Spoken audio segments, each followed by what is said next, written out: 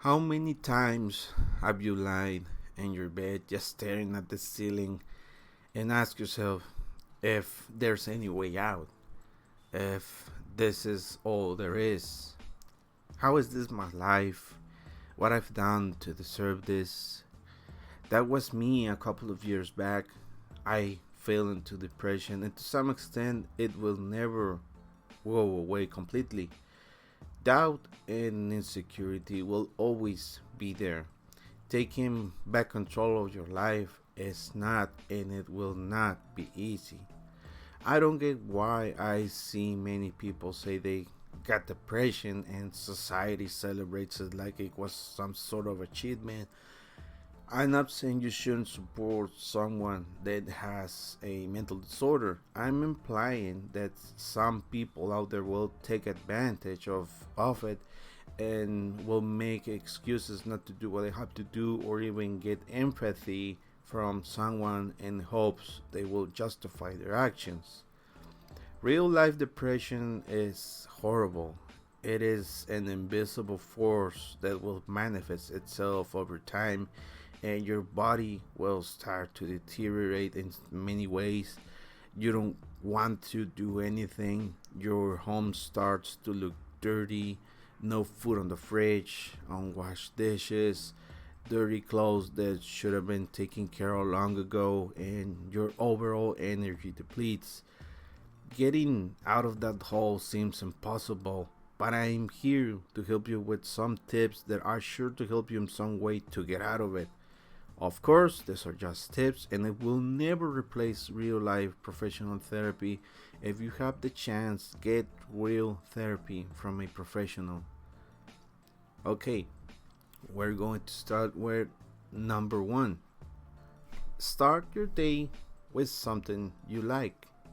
What I mean with this is as soon as you wake up, you gotta look forward for an activity that you really like, but it won't take much time out of your day. For me, making coffee and heading out to my backyard to have a smoke, get in and take a shower. After that, I take a good look at a whiteboard I have on my wall here, where I have notes of everything that I need to do and that on that day, with priority markers for each task. After that, I'll start going through my day one task at a time, not multitasking, but one task at a time. Number two, don't put comfy clothing. One of the worst mistakes you can do early in the morning after the first hour activity is to put on comfortable clothing.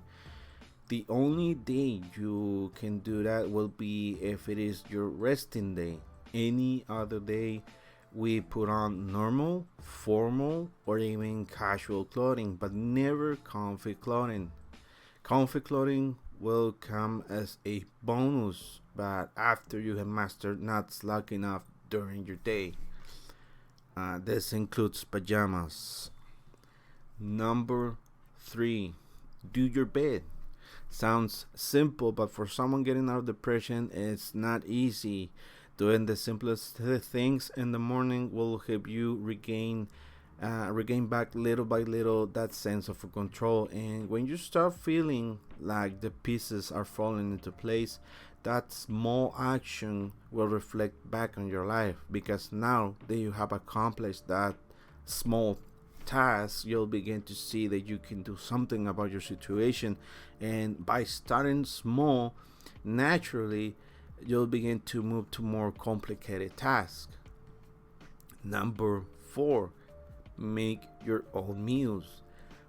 For some, this will be more complicated than others. Making your own food will be 100 times better than eating processed instant ramen with chips or what have you. Watch some tutorials on YouTube on how to make simple dishes with eggs. Start by making your own breakfast. If I can give you a good starting point, I'll say go with a simple breakfast. I'm sorry, with of scrambled eggs. You cannot mess it up, man. I'm telling you, it's really hard to mess it up. Um, Once you have made that simple dish, it will also help you develop that confidence back even better. It is a good starting point, like a good conversation starting point with your mother if you haven't talked to her in a long time. Ask her for recipes. Mine of the time still makes me some for lunch or even dinner. um, Number five, and this one is take a nap. Contrary to what other people say, I say you take your time and rest for a bit during your day. Taking a nap will help you be more refreshed and make will help you make better decisions than if you were tired. For me, a full hour nap helps. For you, it might be different than me. You gotta find your sweet spot. I'll also advise that if after your nap you still feel the need to continue sleeping, and you don't have better things to do other than scrolling, uh, go for it. The more rest, the better. Better than scrolling. Believe me. Number six, add a timer to do something. For me, a 25 timer is ideal to do something around the house that really needs to be done. Now that I've started YouTube, and as life moves on, more things will start to take place and you'll become more busy as time goes on. But making time to attend, for example, that pile of books that need rearrangement will help you declutter the more space on your room or house. And with a more organized space, your mind will become at ease and not be stressed about the situation, and that will help you not to want to go back to scrolling on your phone. You can use this time also to something productive, or maybe attend that hobby if you prefer. Number seven, and this is the final one, it is to be consistent. This is the hardest step to follow, but with time it gets easier, believe me. Keeping up the rhythm will help you think less on what is keeping you on the same spot, and it will help you build that mental strength and that discipline that will carry you through that pace that you're going through. Some days you'll feel like just wanting not to do anything, and it's true. At the moment of making the script, I'm tired and half asleep, but because I've applied this mentality to my life, and for me it has become easier to execute even when tired. Of course, by the time of going by this time, sorry, I'm going to apply what I mentioned on point number five and rest so I can be ready to keep going later. Resting should not be seen as weak. With strategy, rest is part of the schedule. Discipline does not mean waking up at 4 a.m. all days and working out. Workout is essential, don't get it wrong, but first make the plan where exercise falls into place.